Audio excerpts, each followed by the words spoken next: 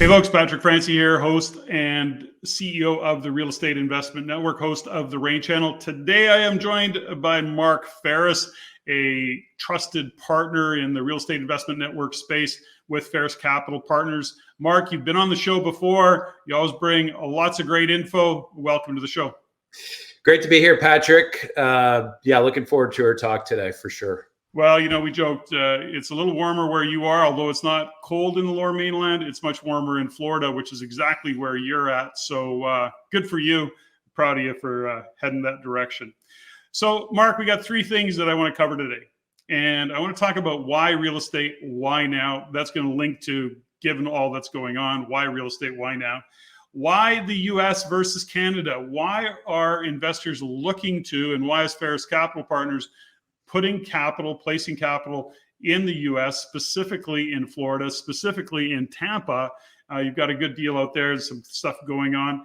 And finally, we're not suggesting for a minute that investors just throw money up against the wall to see what sticks. And certainly Ferris Capital Partners doesn't do that. You have processes and systems to choose those investments. Now, having said all of that, let's answer the first question. When you look at what's going on in the world, why real estate? Why now?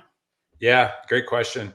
And, I look back, 90% of millionaires made their wealth through real estate, and it's no different through any sort of down period. I look back when I got into real estate in 2007, that the best times to buy in retrospect, when I look at the dips, the best time to buy is when it wasn't sexy time to buy. When you look in the newspaper and it was really not great, like things were looking grim, your friends and family weren't saying good things about it. Those were always the best times. And when I look back on the peaks, when everybody was talking about it, it is the best time to buy, and the newspapers were all saying good things, those were always the peaks that I realized that they just didn't stay for a long time. And then you saw a drop off. So the other thing that I realized is that out of all the investors, there's no investor that I found that could time the bottom perfectly. And so any sort of like down cycle, which we've seen, buying through the down cycle is really the best investors. They look like geniuses coming out of it. And so right now, what we've seen down in Florida, we've seen 3.5 caps rise up to 5.25 caps right now. And so we're in that cycle now, and it doesn't feel right. It doesn't feel sexy to buy right now, but we're going hardcore. We're ramping up now, and we're going to be buying all through the cycle. It's interesting that you bring that up. I'm old enough and been on this planet long enough to have gone through about 5 different recessions. And I don't need to go all the way back to, the 80s, but let's talk even about the great financial crisis, this GFC. I mean, think about what people went through, and the decisions that a lot of investors make was to have the courage to actually put their capital to work.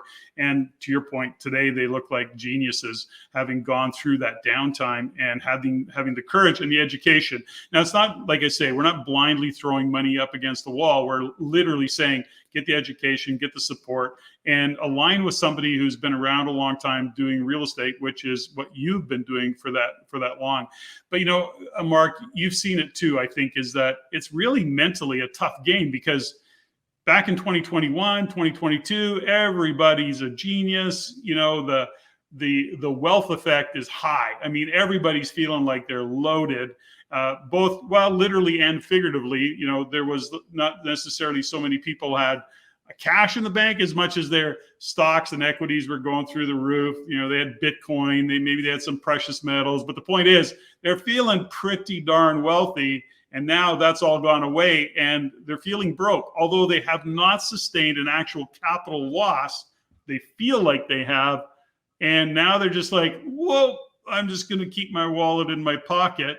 What's your thoughts around that? Yeah, it's scary out now, especially you start seeing the news. And, one of the things for real estate investors that are listening out there is that you've come, especially say in Ontario, for example, that prices have risen to a point where a lot of these properties aren't cash flowing anymore, whereas they used to cash flow. So if you did any sort of refinance and pulled some money out, we had been accumulating single family offices we were looking at and investing it in small multifamily. And we had been cash flowing all the way along. And we did some refinances along the way. And so we got up to about a $40 million equity in portfolio. And what ended up happening was these properties stopped cash flowing. And so I started needing to feed some of these deals. And I Mhm. realized the importance of cash flow and the genius, what Robert Kiyosaki had to say. So, we thankfully we unloaded around 2021 a number of single family. We still have some of those, but I started to feel the little bit of a crunch when I'm needing to feed the deal.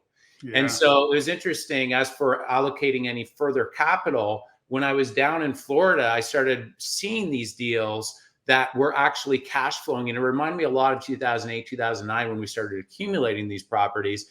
And so now moving forward, I'm like, I've doubled down on the idea of only buying for cash flow, especially during these uncertain times. And so not only do I like cash flow, I like upside potential. So if you can buy in an emerging market that's putting money in your pocket, as Kiyosaki says in Assets, something that's put money into your pocket, liability, something that takes money out of your pocket. And so investing based on solely on appreciation is not something that I'm personally doing, and we're not advising investors. I'm not saying you can't do well in that. I'm just saying that that's just more of a philosophy that I've seen and following out. Now I get why you've moved out of Canada and really focused on the U.S. and many very astute real estate investors are in different U.S. Parts of the U.S. and different states, different cities, of course. But you focused on Florida. You're talking about Tampa. You've got a 104 unit project out there that you're looking to capitalize. But let me go back to this question here. When I look at what's going on in the U.S., not that Canada's any better. You got Joe Biden as the frickin' president. You got, and then in Canada, we got Trudeau as our prime minister. And I know this is politics, but listen, let's face it. We're lacking severe qualities of leadership on both sides of that border. And then on top of it, we've got wars unfolding all over the place. Don't you feel a little bit nervous about what's going on, or do you actually think the confusion and the chaos is where the opportunity lies? What's your thoughts on that, given the global kind of economic, I don't know what this is going on, but what's your thoughts? Yeah, great. It's so good. And you're right. Leadership is so critical wherever you're investing. Thankfully, when I look across the United States, the state, the governors in these states have a lot of power on how that state is run compared to the overall president. And so when I look at the states to invest in, whether you like the governor of Florida or not, with DeSantis there, he's a strong business leader. And some of the principles he operates off of, like Florida, I mentioned this in our last call, is $1 trillion GDP. Like it's the 18th largest GDP in the world. Wow. If it's a country. And so there's a lot of good things happening. And they don't have rent control there as well, which allows you to execute on a business plan. Right. And so when it comes down to the areas to invest in and what's going on in the overall market, to me, I really go back to what people always need. And people always need shelter. And so especially with it becoming harder and harder to own a home today, more and more people are going to be renting. So if you position yourself where there's more and more people that are going to be needing housing and affordable housing. So that's why for us, we're not huge on new development. We like coming in with a value add play where people can actually pay a little bit less, but get a newly renovated unit. So it feels like new, but our cost basis is substantially less than any of the new construction side of it. So that's just our philosophy. And with the larger multifamily buying for cash flow, it's one of the most resilient, when you go back, it's one of the most resilient asset classes through any sort of downturn. And you come out on the backside looking really smart, which is just it's a more of a pick of an asset class, I think, in running with operational excellence. As I look and listen to many talking heads on YouTube, which I guess literally we are talking heads, in the video series, but, I just know that our methodology, our processes, our systems, way we invest in real estate, our experience investing in real estate actually does work through highs and lows. I often say that there's no bad real estate markets. They're just shitty strategies, bad tactics, find any market and then just adjust the strategy and tactic in that particular market. Something that you shine a light on that I 100%, I just beat this drum all the time. I go, rental demand is not going to go away anytime soon. Let's face it, affordability, interest rates are going to take a lot of people out of the market for a number of reasons, not the least of which is they don't qualify for a mortgage, they don't have the down payment, and even if they do have the down payment at 8%, 6%, they can't afford that mortgage payment. So what are they forced to do? Rent. And what's interesting about that is there's some very quite significant household incomes that are in that position. They have to rent. So the demand is there. And if you're treating your real estate investing like a business, if you're looking at real estate investing like a business, my point of view is really clear.